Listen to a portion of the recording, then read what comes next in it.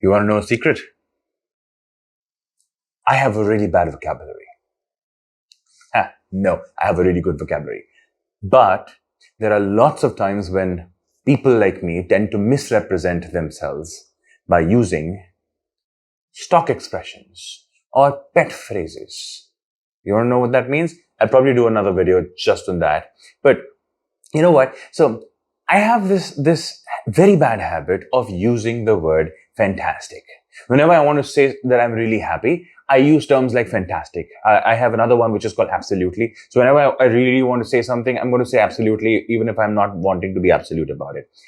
Speaking without thinking leads to this kind of nonsense. You know what the word fantastic really means? Fantastic means something that can only belong in a fantasy. Fantasy is from a Greek origin, which means story. So if you want to say something is fantastic, you're basically saying this is so good that it cannot be real. You want to call food fantastic, saying it's so good that it can't be real. This is possibly artificial food. Think before you speak. Invest in a good vocabulary program, maybe Logophilia. Don't misrepresent yourself. You have a great vocabulary. If you don't, read the description below. If you do, read the description below.